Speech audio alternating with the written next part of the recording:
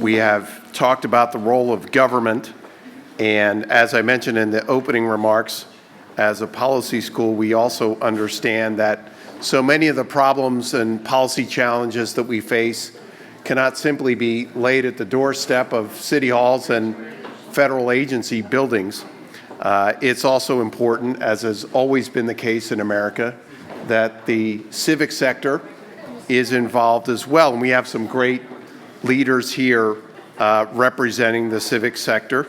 And I'm so glad that Soledad Ursua, who has participated in some of our conferences in the past, is back to moderate this. So Soledad, I'll turn it over to you. Thank you. Okay, thank you. Can you all hear me? Yep. Okay. Well, one thing I wanted to address, there was a woman over here. You expressed your concern that there were not enough residents and business owners at the table. So I think this is something that we're really going to focus on, because what I see here today is there's a lot of private citizens. I see some of my colleagues from the Venice Neighborhood Council joining. I see a lot of concerned citizens, and it's not because this is a favorite topic of theirs. They're here because they're concerned. They're seeing their communities devastated by addiction. There's needles everywhere. What Michelle talked about, it's not safe for any resident. And what I say is, I understand your frustration. I too am a private citizen who's gotten involved in my local neighborhood council, and it's only because all of a sudden there was tents outside. I live in Venice Beach. We had about 200 tents on the boardwalk, and it's just very unsafe. And today we see families leaving, we see businesses leaving. I think a lot of people feel what you feel and are frustrated. So we have a great panel with us here today. I'm going to do a quick introductions. We have Matthew Dildine. He serves as the CEO of the Fresno Rescue Mission. Prior to his position, he spent over a decade as a partner at the law firm of Dowling Aaron. Dildine is a proud Pepperdine graduate, having completed both his undergraduate studies and JD at the institution. And school public policy. Okay. Jim Palmer has served in both the public and private sectors. Most recently, he served as the president and CEO of the Orange County Rescue Mission. He has served as Orange County Commissioner for both housing development and ending homelessness. He was appointed by President Bush to serve as a board member for AmeriCorps, and he's even served as a council member for the city of Tustin. And we have Brian Ulf, the CEO of SHARE. The Self-Help and Recovery Exchange is a nonprofit organization dedicated towards helping LA residents pursue recovery from substance use and mental illness, while providing housing and supportive services to those in need. Brian and I both met through our work at the Venice Neighborhood Council. Today he serves as our Homeless Committee representative for the Western Regional Alliance of Councils. So let's track back to what we learned the role of government was. As a private citizen, as a taxpayer, I feel a little disappointed by the answers. It doesn't really feel like we know who is in control still. We have the county and the city. So let's go over to LAHSA. LAHSA is basically the homeless service provider for the county of Los Angeles, which today has an estimated 76,000 people living on its streets or experiencing homelessness. So this morning I went over to LAHSA's website, and if you go to their website for the coordinated entry system, they list 3 root causes of homelessness. The number 1 is the lack of affordable housing units. The number 2 is systemic racism. Number 3 is that wages have not kept up with rents, and they estimate that you must earn $42 per hour if you live in LA and you do not want to experience homelessness. Nowhere on this website does it mention mental illness or drug addiction or drug use. So I'm asking all of you here, why is there that disconnect? Why is there that disconnect with what private residents and business owners see every single day? And why is the government not on the same page as us? So hopefully this will be a role that the nonprofits can fill, because clearly the government is not really offering us a way forward or acknowledging this. So why don't we start by talking about some of the innovative solutions that these nonprofits have done. Maybe you guys could start by teaching us a little bit about what you do as sort of this intermediary who understands what's really happening on the streets and stepping up. So first, why don't we start off with Jim Palmer, since you've worked in both public and private. Why don't you tell us a little bit of what you've done and what you're seeing on the streets? Well, as a recovering elected official, I can tell you I've learned a lot of things not to do. And one was taking government funding. When I was commissioner of our housing authority in Orange County, it had a budget of about $40 million. But interestingly enough, that $40 million then turned into $400 million over a few years because of the homeless issue. That entire $400 million was dictated by HUD, although the money didn't come from HUD. Only about $16 million came from HUD. But HUD was considered the expert in dealing with housing. So that $16 million, as it was mentioned earlier, went to Housing First only and wiped out all of the other programs. Now, I was fortunate at the Orange County Rescue Mission. I was there 31 years. And when I started, it was one small little facility with 9 homeless people. And I realized to make this successful in my county, I needed to create a solution that worked for the people of my county, and especially the neighborhoods. And it was mentioned earlier, where's the public? Where's the businesses? Well, I can tell you, if you don't take government funds, they're all right there with you. Because I was able to take about 500 donors that they had at the time and grew it into 130,000 donors. And with that large group of private funders came knowledge, wisdom, volunteerism. So much of what Michelle shared, we experienced in Orange County. And it actually gives me great hope to hear her story, because I know my story is very similar, but if there's enough of those stories, the impact really starts to grow. So by using and focusing on private sector involvement, you do bring all the parties to the table. You also are able to set values that allow you to help each individual based on what their needs are. And those are things that you really can't do when you have government funding. I have a number of friends that are really neat philanthropists, and they ask me, hey, what about this program? What about that program? I said, ask 2 questions. A, do they take government funding? And B, do they require sobriety? I said, if they say they take government funding, 99% of the time, they cannot guarantee sobriety. But as Michelle had mentioned, sobriety is so important, because if that individual is going to start to take control of their lives and make decisions that they want to make and drive, they have to get beyond that addiction. She also brought up a great point that when you start to use or you start experiencing a mental health issue, your social mental development basically freezes. So I spent a lot of time with 40, 50, 60-year-olds that acted like 15-year-olds because it had frozen. I fostered 9 kids and adopted 5. And they came from families like that situation. I would deal with their birth parents, and they were just like teenagers. So I think at the end of the day, being able to work on solutions that are privately funded give you a lot more opportunity to be successful. Okay. Brian, why don't we go to you? I feel like there's been a lot of buzz about shared housing. Maybe you could explain what you do there. Okay. Well, first of all, my name is Brian, and I'm an alcoholic. Sorry, it's the wrong meeting, but it's still nice to be here.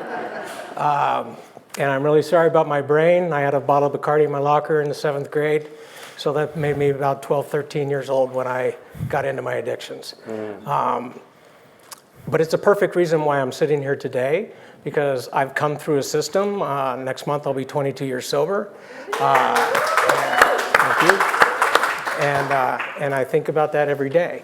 I was on the board of the Weingart Center in downtown LA, one of the largest homeless facilities down there. And when we talk about public policy and a lot of things that are happening, well, there's 25 people on the board, but I was the only person in recovery. Mm-hmm. And we have everybody making policy of how we're going to get these people, the 500 people better in that building.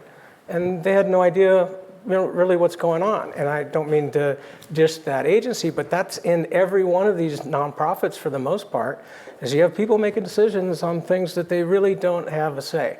I smoked crack on Skid Row. All right, I was the bud sales rep for all downtown. I had a grand mal seizure non-medicated, where I fractured 3 vertebrae in my back. There's no triage out in the city of Los Angeles. There's no detox facilities for me to take a person out of an tent and get them into detox. There's no triage before you get into this. We should be detoxing every person before they're given the ticket to have their own place to stay. Amen. If we're not, the single room buildings that we're putting people in, I lived in a hotel for 18 months. What do you do when you're in a hotel? You're isolated, your brain, worried, doubt, fear, anxiety, upset. I lost my kids, I lost my family, I lose my job, And it isn't until I broke out of that room and got invited to the YMCA to go to an AA meeting where I finally opened up to my eyes that there are self-help support groups and there are people in these self-help support groups that have experienced what I've experienced. And they're there to help me. So the biggest problem on the streets of LA is the lack of social support. And you don't get social support when you go into a single room occupancy the way HUD only funds single room construction. Right. So you can't, it's basically, Elizabeth said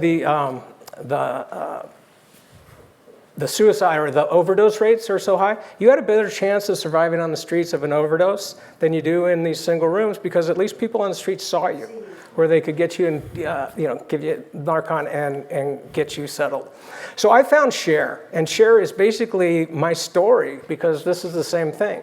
I go out and I do encampment search. We house people. We housed 580 people last year.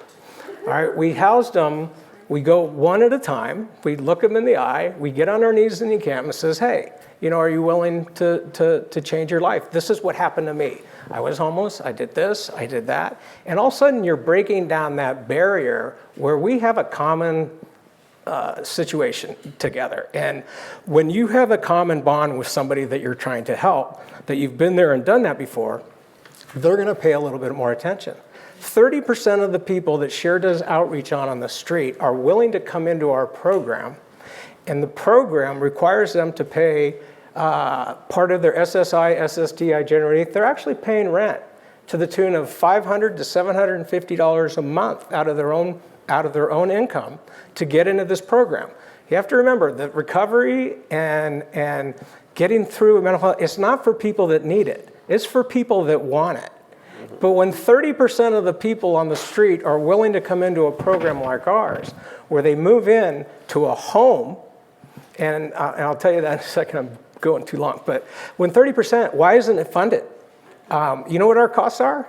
$21,000 a year to house one person, no real estate costs at all. Okay, compared to over $800,000 per person that's there. I have a sheet. We go right now and we rent homes. There are over 10,000 homes for lease in LA County, 10,000. A homeowner, consider it like an Airbnb. The homeowner says, I'll lease this space to these people. And they put 2 people in each room, and you have to have 2 people in each room. Because it's like when you went to college. Your parents didn't put you in a single room down the street. They put you in a dorm or in fraternity or whatever it was, where you had bonding and social support, community, kinship, fellowship. If you were going to the library and I'm not going to the library, and you're getting A's and B's and I'm getting C's and D's, wow, maybe I should go to the library. Well, it's the same thing with AA. If you're going to AA, maybe I should go. If you're going to address a different trauma, our program isn't just about alcoholics. It's about fixing trauma. There are over 700 different types of trauma. But the good news about it, that there's over 700 different self-help support groups for those traumas. Alcoholism is a symptom to something that's broken inside of you. But there are tools out there. And our average person, I'll give statistics. I'm sorry that I'm yakking so much, but I'm so passionate about this because it really works. And we don't get funded by government because we require 2 people in a room versus 1 person in a single apartment. We don't require abstinence. You become abstinent when you come in and you're working with other people. You say, okay, don't drink or use in this house. If you need to continue to drink or use, you're doing it off. But when you're in this home where everyone's trying to get better, we're going to get better together. And they kind of police each other. And it's amazing. When you allow a group of people in a home to make the rules of how they're going to live in that home together, I'm going to do the dishes. You're going to clean the restroom. You're going to do this. We're going to cook. When you allow that group to take responsibility and make the rules, they follow their rules because they made them. And I think this is really interesting because I want to get Matthew in here. He's been doing some really innovative work developing campuses. Perhaps you could tell us a little bit what you've been doing, sort of from the real estate side, and how you've been working to sort of create these homes for people and complex social systems. So what if you saw a kid that was coming in, it's nighttime, it's raining outside, his parents pull up in an old Suburban, you can tell they've been sleeping in it, and you got to say, man, if I got to design a place for that kid, what would it look like? And what if you had a mother, like Michelle was talking about with her kids, and she'd been in and out of unhealthy environments and hotel, bad relationships, street, cars. What if you got to choose anything you wanted to do to design a place for her to come? What if you had families that even after they were done staying with you still needed groceries? What if you got to say, what would it look like? In your heads, what would it look like? What if you had to build a front door for a crisis? What would that front door for crisis look like in your head? Now, I'm from Fresno, right? It's a little bit different there. But if you went to Fresno and asked people, what's the coolest place in Fresno? What's the one property? What's the one place that you would tell your friend about? What's the place that you would walk into and it just like fires you up? It wouldn't be a brewery. It wouldn't be the fancy shopping center. It would be a place called City Center. And that's because the nicest facility, the nicest property of any type in Fresno happens to be a place where people in crisis can come. And so a few years ago, one of the things, I'm from the legal community originally, and so I feel like I'm from the business world. And one of the most frustrating things, and so kind of a unique thing about my family, is that my wife serves as the CEO for the Central California Food Bank, one of the largest food banks in the entire country. We like to joke that the Central Valley region has the highest rates of food insecurity in the entire country. And so as we sit around our table at dinner time, our conversations look a little different.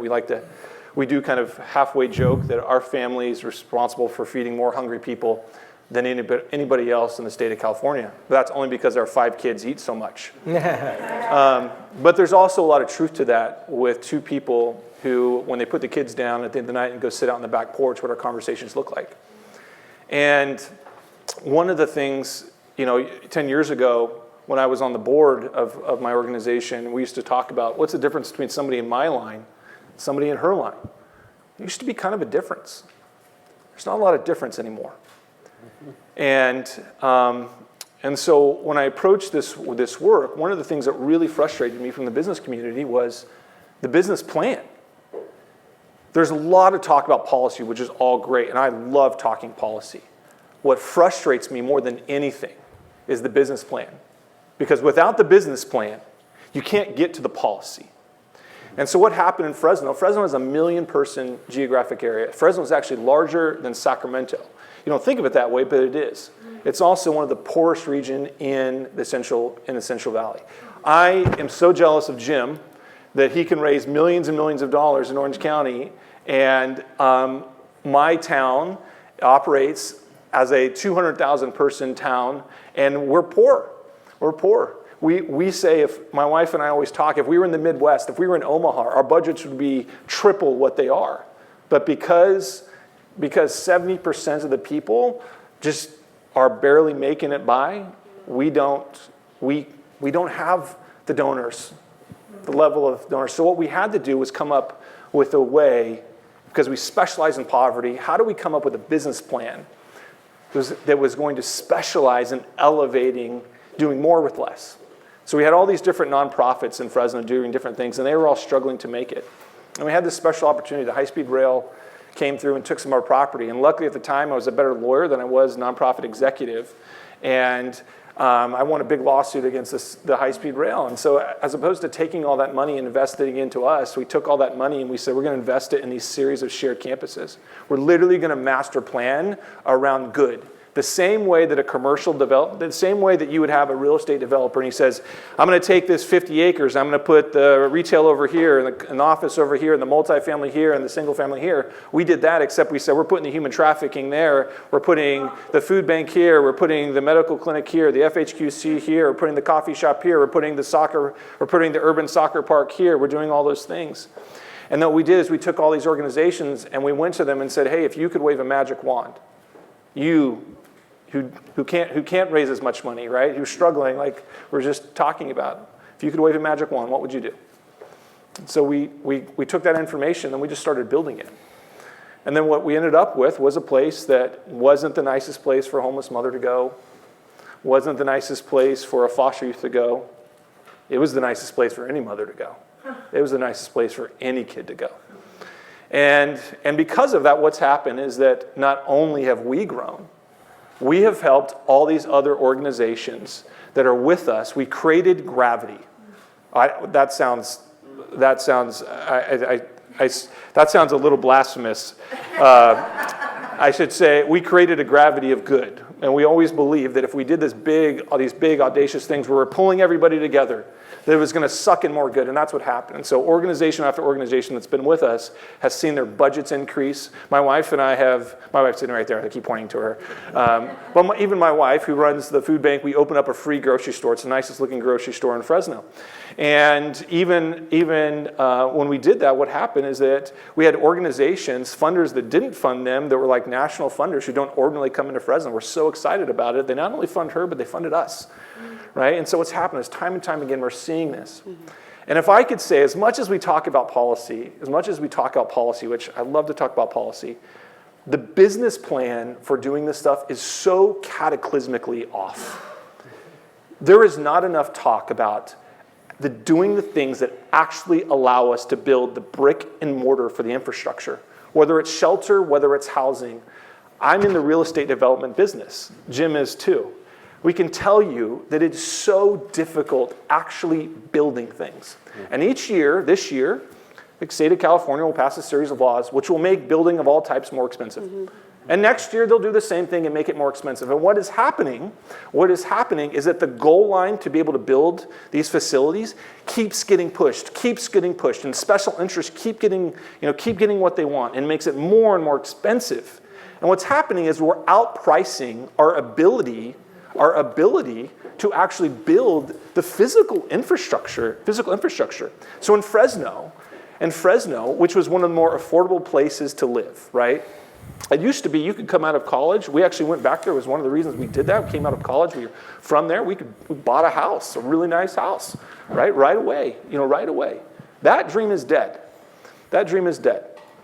And so what's happened is that there's only two forms of housing being built or two types of multifamily being built in the most affordable portion of the state. Very expensive high-end and almost 100% publicly funded apartments. What is not being built is anything in the middle, because it no longer makes financial sense to do that. So that's why when we're talking about housing crisis, we've made it so they can't afford to build the actual housing. We talk about shelters. Recently, we tried with our city. Our city was really trying to help us buy this, encouraging us, not helping us. They were encouraging us to buy this large kind of former apartment complex. It was all internal, and it was great. It was like 75,000 square feet. It was down the street from one of our campuses. We were really looking at it, right? And the cost of it was only $4 million. We really liked that. So we go meet with the city. And, they said, well, we're going to make you do this. We're going to make you do this. The fire department's going to make you do this. You're going to have to do this. And even for a building that was $4 million, our contractor said it was going to cost us $12 million in renovations. Wow. $12 million in renovations. Yeah. And soaking wet, the best value of that thing, the highest, we just did the valuation per square foot was $11 million. So what's happening is that time and time again, it's not like there's some big, huge thing that is causing all of this. It is death by not 1,000 cuts. It's death by 1,000,000 cuts. And so as much as we talk about policy, one of the focal points that we have to do if we really want change in California is we have to address the fact that we have made it so unbelievably expensive and difficult to build anything in the state of California. And that's largely due to many of California's environmental regulations, where, their net zero goals have really, really diminished the output of business and just really raised property costs. But let's keep going. Let's talk specifically about the issue of recidivism. So in Los Angeles, Mayor Karen Bass launched her Inside Safe program. She gave an update, I think, a month ago. The program has spent about $67 million. They say that they've temporarily housed about 20,000 people. But what we found was that only 255 accepted permanent supportive housing. So that's less than 1%. And for a lot of residents in LA City, it's very disappointing. We really believe that this program was really going to get people inside, but what we see time and time again is that people go into housing and then they end back out on the streets. And so that's sort of what's happening with a lot of these municipal-run hotel rooms. So what we see here is that a lot of these municipal funded programs, they're just not working. And clearly when it comes to the issue of recidivism. So my question for you is, how have you experienced that in your own work? Have you had to tailor programs to meet the needs of certain individuals?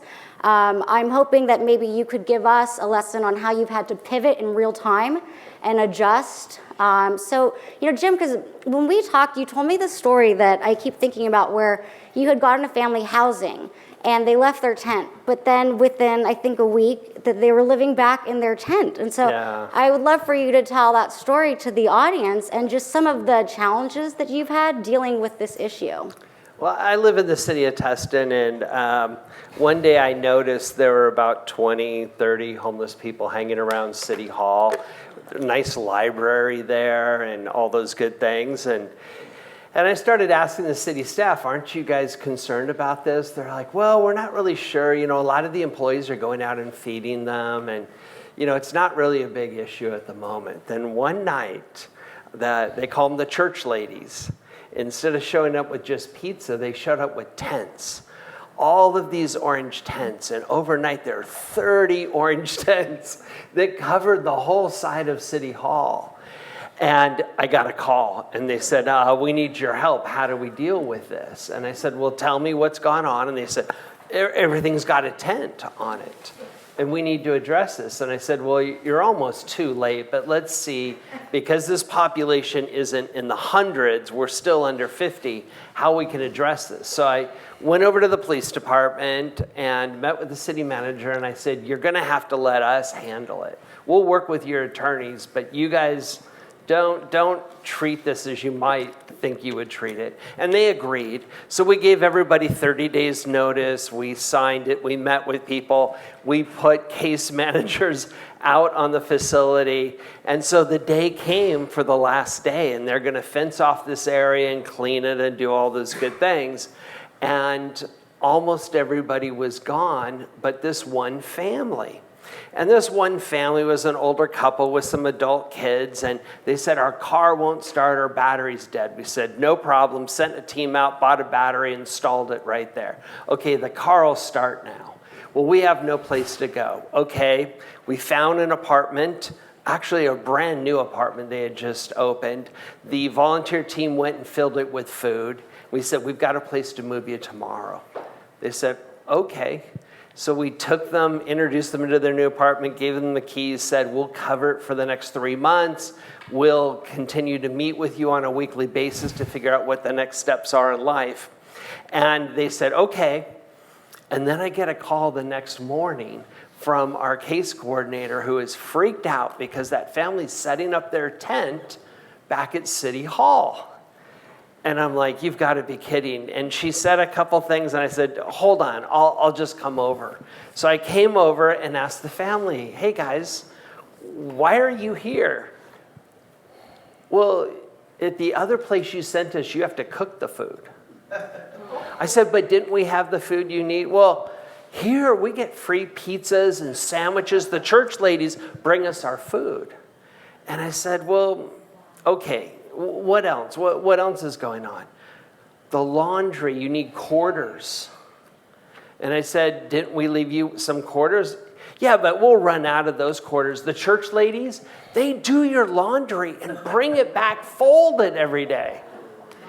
And so it was really interesting because all of City Hall was watching this interaction, and the word got out right away of, this is why you have to be very careful, because people were, acting through their faith to help other people, but the end result was tragic in so many cases.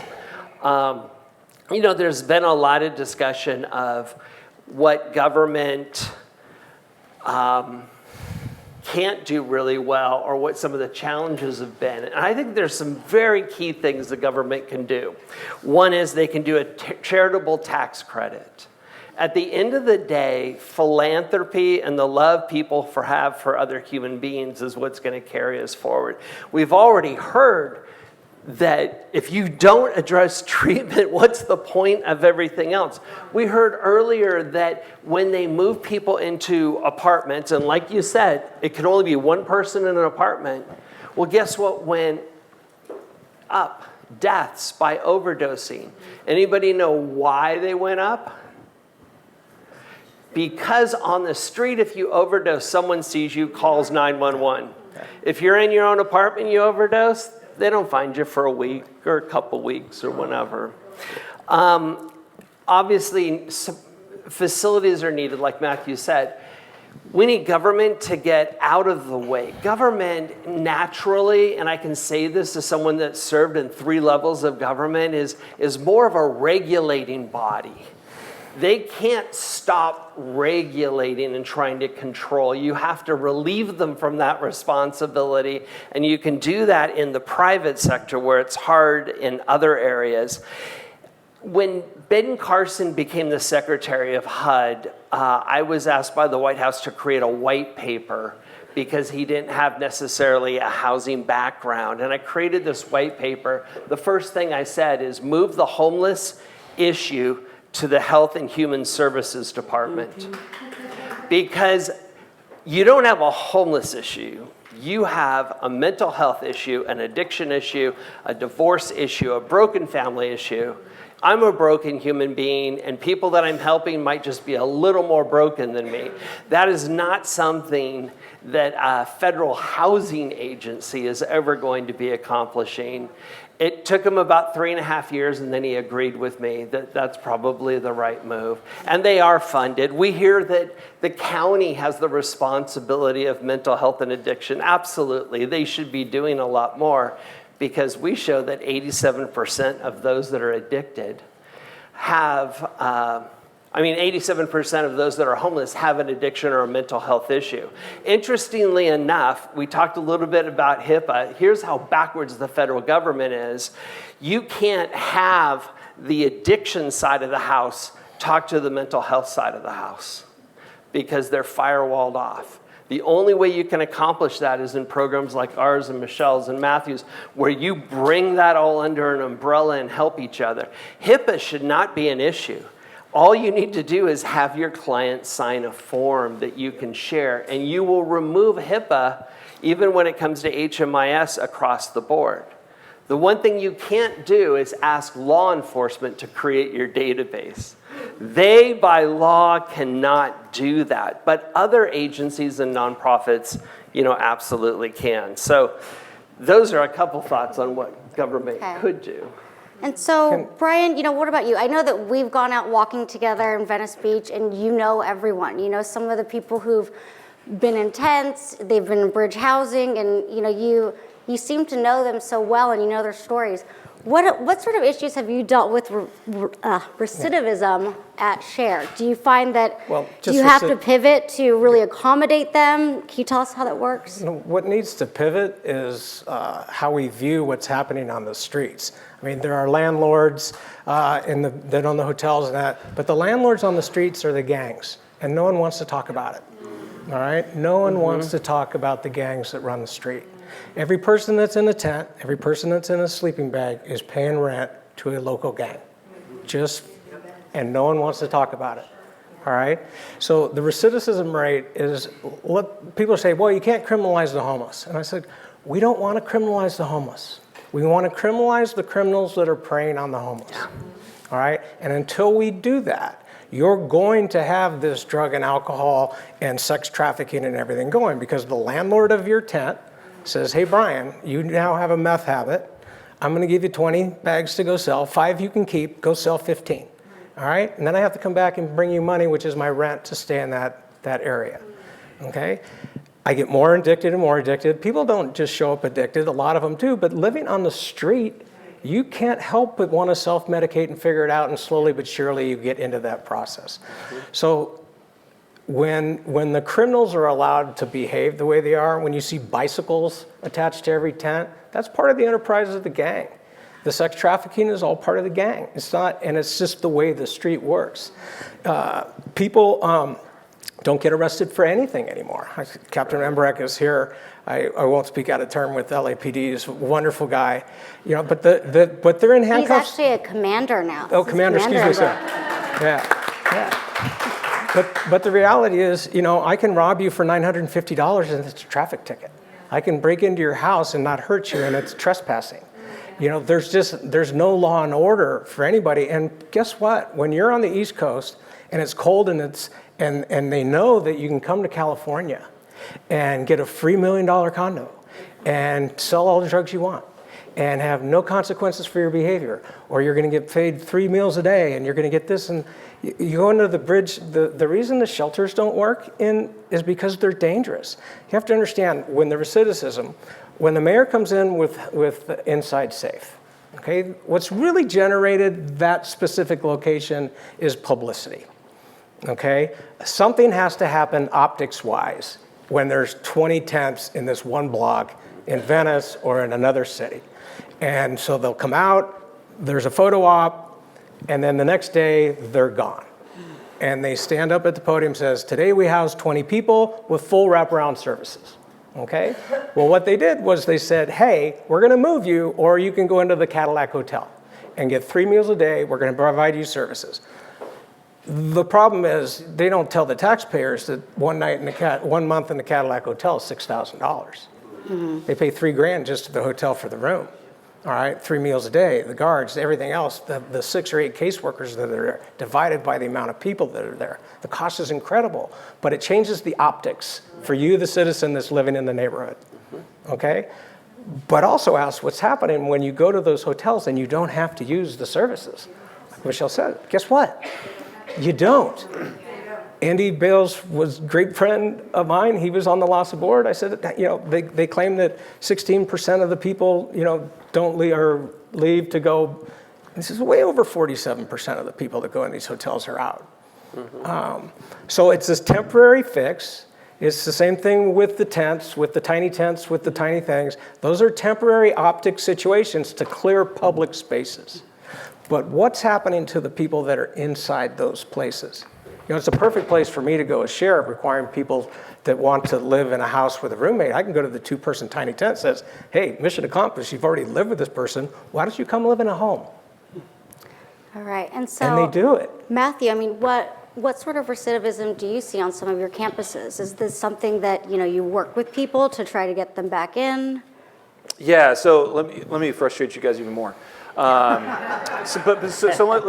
practically, let's talk about policy here, okay? So have you guys heard about Project Home Key? Project Home Key. It's this amazing program where the state buys hotels and then gives millions and millions of dollars to put in kitchenettes. It's just amazing. But here's all seriousness. This is not the policies aren't just about not providing services. The policies actually keep people down. They keep people poor. So let me explain. So to get into a Project Home Key, there's what's called an income qualifier, right? So you have to make it 30% of AMI, so average median income, right? In Fresno, that's about $17,000. So just to get in, which I think that's a good thing. If there are 4 people who are homeless, having that qualifier, yes, this isn't somebody who's making $80,000 getting in, okay. But the problem is that income qualifier stays. So the second somebody is in there, they have no job, okay, they qualify, right? They've been on the street. But say we want to help them. Say we want to, it's actually not a good thing to have an addict sitting around all day next to another addict sitting around all day, next to somebody else who's in trauma sitting around all day. And you know what? It's actually good to have, to put your hands to work. And you know what? There's a lot of people who actually want to do that.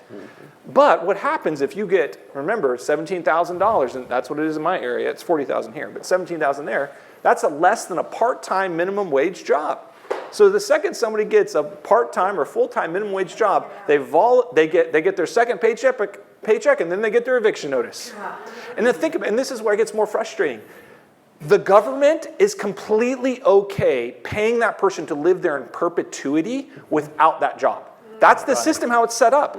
They're okay with that eventuality for the rest of their life. They would say that's a win, right? And yet, if we say, look, but government, what if we said, what if you don't pay quite as much and these guys want to actually go work and better their lives, but they don't necessarily lose their housing when that happens?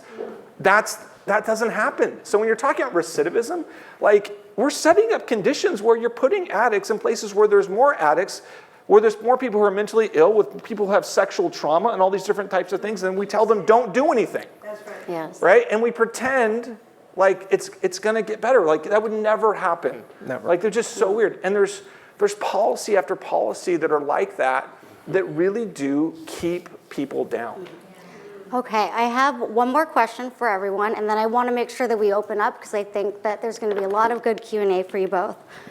So according to the CDC, there was an estimated 109,000 overdose deaths last year, with 75,000 linked to fentanyl and other synthetic opioids. Earlier this month, the Mexican president, López Obrador, disputed Mexico's role in the illicit fentanyl trafficking. He claimed that he was not that Mexico is not a producer, and he also pointed out that Mexico does not have a problem with drugs. He's blaming the overdose crisis in the U.S. on social decay in American society. He says there is a lot of disintegration of families.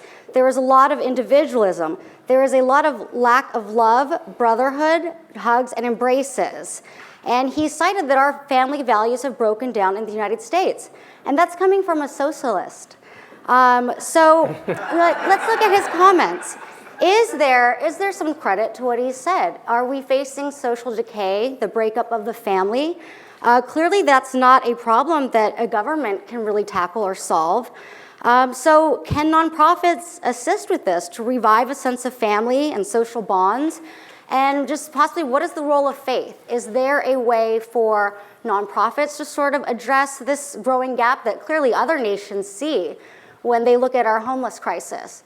Why don't we start with you, Matthew, since you actually have a background in religious studies as well from Pepperdine. Yeah. So, I think what we're seeing right now is the bad credit card debt from 10 years ago. And we're seeing the collapse of families. So there is, definite truth to that. I think the latest statistic I heard is that 50% of the adults who are homelessness had their first experience being homeless sometime between the ages of 16 and 25, so essentially as youth. And we know without a shadow of a doubt that a youth that has experienced toxic stress or scores on what's these things called adverse childhood experiences has a very high likelihood of being homeless as an adult. And yet, all the policies in this state are really focused on that chronically homeless adult, and the kids and the families are being left out in the cold. And so, to me, we've seen. I don't know. I can't operate without that belief in God. And man, to know the power of the gospel, to see that in people's lives, and to be able to communicate to somebody, "Hey, I want you here." The government model, at least in Fresno, is they want to get you in a shelter, get you out of there as fast as possible into some other place where you're not around anybody else. And to be able to say the gospel says, no, I actually want you here. I don't want you to leave in 90 days. I actually want you here for 4, 5, 6, 7, 8, 9, 10, 12, 18 months. That's the exact opposite of the government, of what the government does. And I think, to me, that is rooted in my belief is that Jesus loves people who are broken, just like me. And I think that that's an ethic that we can actually scale. That we should be giving people more time, building places for connectivity and relationships so that we can start to reverse these things like toxic stress in the youth, so that we capture that 19-year-old who doesn't have any place to go. I'll just share this this story.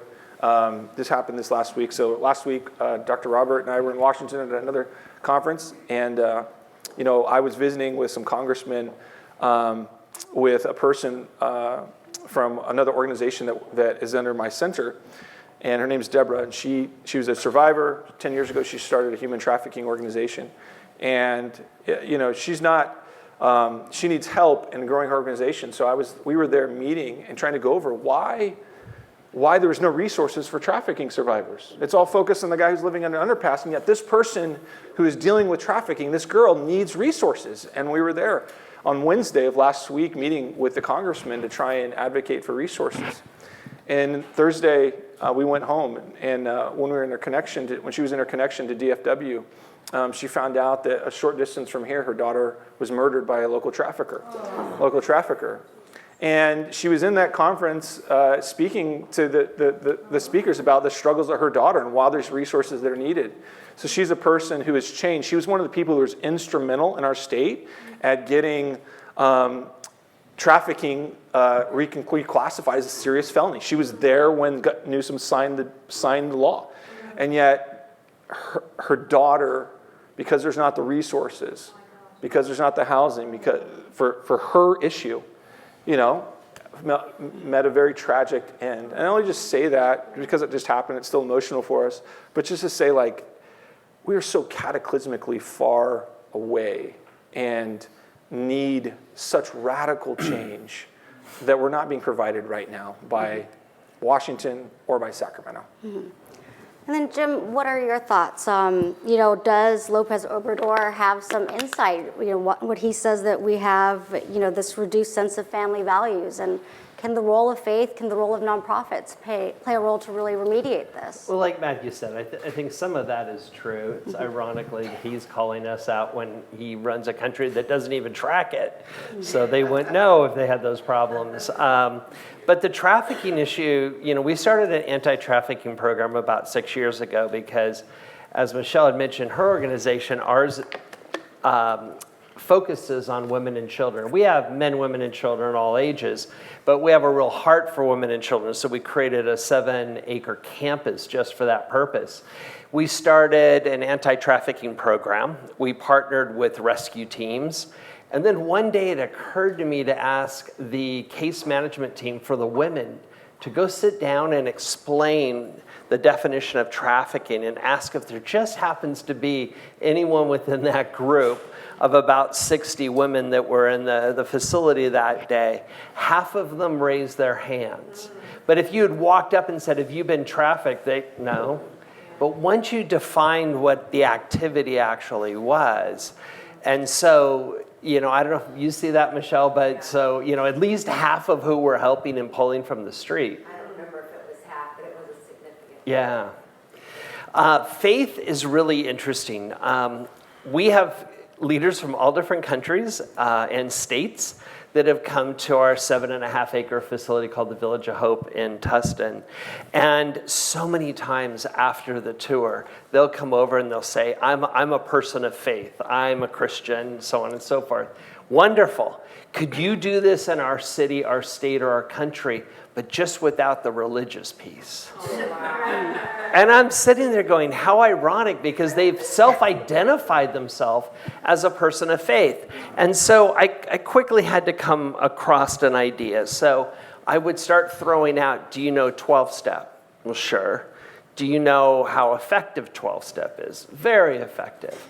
Well, what if you took the higher power? What if you took an entire step out of 12-step? Do you think there's anybody around that's going to tell you that's going to work any longer? And then their face would sort of sink, and they'd be like, well, let's try to figure out something. And, they would exit at that point. If you're creating facilities to help people in crisis, you tend to create them different. And as Matthew had mentioned, so we don't build shelters to warehouse people. We only build campuses. We'll have a campus that will have certain functions, healthcare functions, or a campus for women and children, or one for men, women, and children. We literally create sacred spaces. If you were to go to the Village of Hope in Tustin today and take a tour, you would be dumbfounded to find that there's about $4.5 million worth of original art on the walls, in the courtyard, because bringing beauty to brokenness is so powerful. Now, I didn't start out really realizing that. We were building the first shelter. I was in my late 20s, and I was told by the board, I was just hired by the Rescue Mission, we got to do a women and children's facility. Here's some property in the city of Orange. Go build it. And I started, and I got some blueprints, and went in, and they said, oh no, you're in the historic district. You have to build a historic house. And I was like, oh man. So we built a 15,000 square foot mansion. It was 1940s craftsman style. And we opened that facility, and the community loved it. It was, as you said, it was the nicest building in town. We had a few pastors that walked through and made the comment, wow, this is nicer than where I live. But honestly, the rest of the comments from the neighborhood were great. People donated antiques and decorated it real nicely. The first woman came knocking on the door and said, I'm trying to find the House of Hope, but I can't find it. And we're like, this is the House of Hope. And she walked in. She's like, you mean I would get to live here? And we said yes, and she fell to the ground and started crying. And I thought, well, that's interesting. You know, I didn't know really how to deal with it. I backed away. One of our female staff worked with her a bit. The next day, it happened again. And so we sat down and started discussing, because we had introduced beauty into a horrible time of brokenness, we saw these women's self-esteem immediately raised to a new level. Now, I had been used to helping homeless men in a rundown shelter, sort of like what you all imagine on a traditional bad type of warehousing. And it would take years to get their self-esteem high enough for them to start functioning.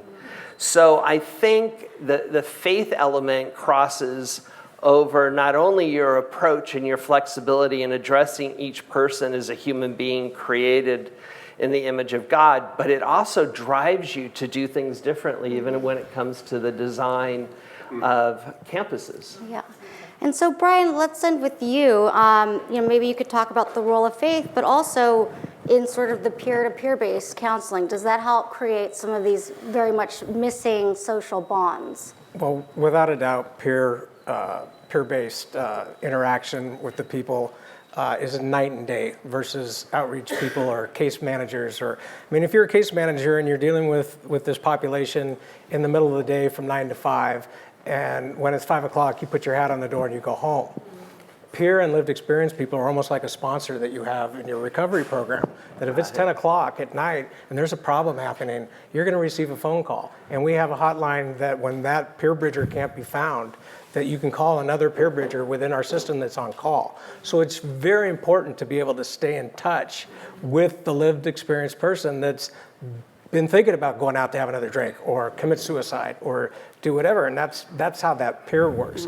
The faith-based, I'm in the 12-step program, and you come to believe that there's a power greater than you and the God of your understanding. And I go, well, God, I'm doing this, but I'm a Presbyterian because that's what my dad said I was, and I'm a Republican because that's what my dad said I was. So I went out and explored all the faiths to try to figure out which one I was going to be. I love the Catholic Church. I used to go for all 3 services because they had served great wine, and but there's all these. I went to temple. I went to different ones just to figure out. In the big book, they say. Alcoholism is an obsession of the mind, an allergy of the body, and spiritual bankruptcy. Why would we let the government take the arrow out of our quiver that can solve a bigger problem? Right. Why would, every God, in my understanding, equals the same thing at the end, the word love. All right? Whether it's the God of Christ, whether it's the God of Judaism, whether it's the God of this, it's all ends in love. And so why wouldn't we be able to take a tool that someone can use to bring themselves back into society and rid themselves or have a crutch to help them get through their trauma. And so to say church and state, that's just such an old thing. Do you know the work that Father Boyle does at Homeboy? And he doesn't get funded. If I walked into Father Boyle's and I said, I need help, but I'm not Catholic, he says, sit down, let me see how I can help you. Mm-hmm. If I went the same way with Andy Bales, he would do that. If I go to these other churches, oh, you can't take a communion because you're not Catholic. They go, come up and get a blessing, just cross your arms. You're welcome here. Mm-hmm. Why are we not doing that to the worst victims that we have and give them any possible tools they can use to come out to the other side?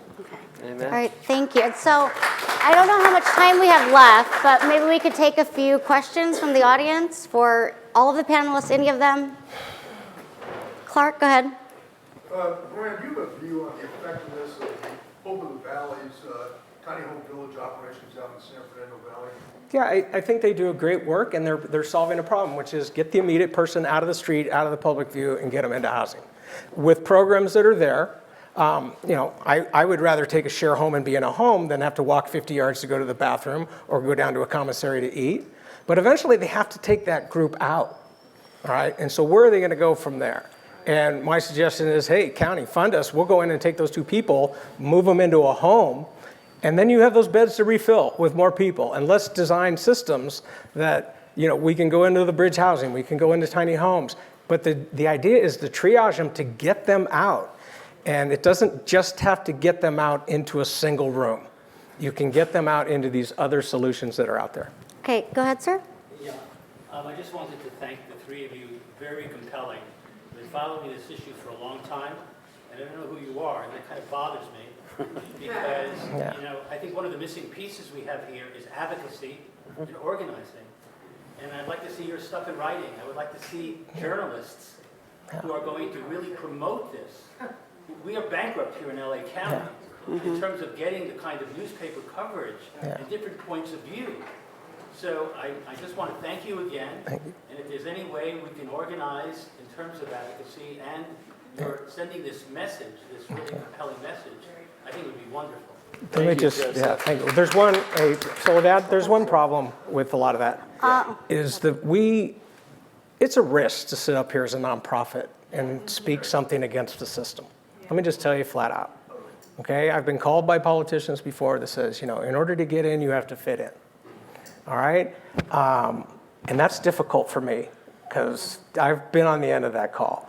And so I hope no one here is from the city that gives out contracts or any of that, because it's dangerous. That's why you don't hear our stories, because it's hard to get in if you don't play based on how the funding stream says you have to perform.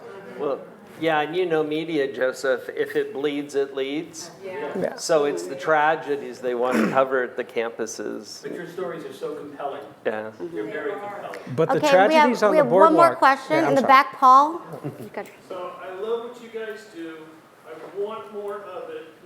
I'm writing reforms at the federal level for the COC program, and one of the provisions is we need to qualify faith-based organizations for HUD COC funding. Absolutely. If I did that, would you accept the money? So this is like, I was just trying to talk to Jeff Elliott with this last week. Like, it's not, you got to work on, I feel like even with HUD, like I can actually agree on a lot, but there's these downstream details that stop it. And they're not like the things that really we disagree about. It's like, okay, if I'm building a $10 million facility and I'm putting $10 million of philanthropy in there, right? And my local government's like, here's $3 million. My $10 million facility just became $20 million, which means that $3 million from the government just cost me $6 or $7, right? And so like, there's these things like that they're not just as simple as like, hey, yeah, we like each other, let's agree. There's these things in place that are real hurdles matching philanthropic dollars with state dollars, even though it can be done, that you really have to get past. And I don't know. I didn't feel like we were very receptive last week, but so. I think that's it for us. So thank you. Let's give them a round of applause.